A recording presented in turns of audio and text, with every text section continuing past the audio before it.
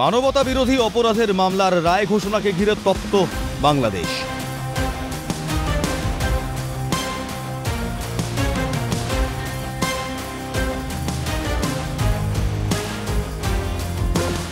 সোমবার রায়দানের আগেই ঢাকার ধানমন্ডি ৩২ নম্বর বাড়ি অর্থাৎ বঙ্গবন্ধু ভবনের সামনে বুলডোজার নিয়ে জড়ো হন বিক্ষোভকারীরা। ব্যারিকেড দিয়ে বিক্ষোভকারীদের পথ আটকায় নিরাপত্তা বাহিনী, যার জেরে উভয় পক্ষের মধ্যে সংঘর্ষ বেঁধে যায়। পরিস্থিতি সামাল দিতে শুরু হয় লাঠিচার্জ, পাশাপাশি বিক্ষোভকারীদের রুখতে ফাটানো হয় সাউন্ড গ্রেনেড। পাল্টা নিরাপত্তা বাহিনীকে লক্ষ্য করে ইটপাটকেল ছোড়েন বিক্ষোভকারীরা। ঘটনায় জখম হন বেশ কয়েকজন পুলিশকর্মী। দুপক্ষের বিবাদে নিউ মার্কেট থেকে মিরপুরমুখী সড়ক বন্ধ হয়ে যায় যান চলাচল।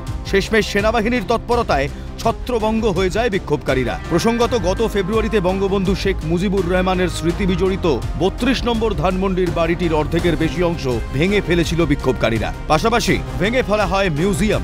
এরপর তাতে আগুনও ধরিয়ে দিয়েছিল বিক্ষোভকারীরা। গোটা ঘটনায় উঠছে একাধিক প্রশ্ন। শেখ হাসিনা ও তার পরিবারের সমস্ত চিহ্ন কি মুছে ফেলতে চাইছে ইউনূসের নেতৃত্বাধীন অন্তর্বর্তী সরকার? নেপথ্যে কি রয়েছে পাকিস্তানের হাত? এখন এই প্রশ্নই উঠছে আন্তর্জাতিক মহলে। ক্যালকাটা নিউজ।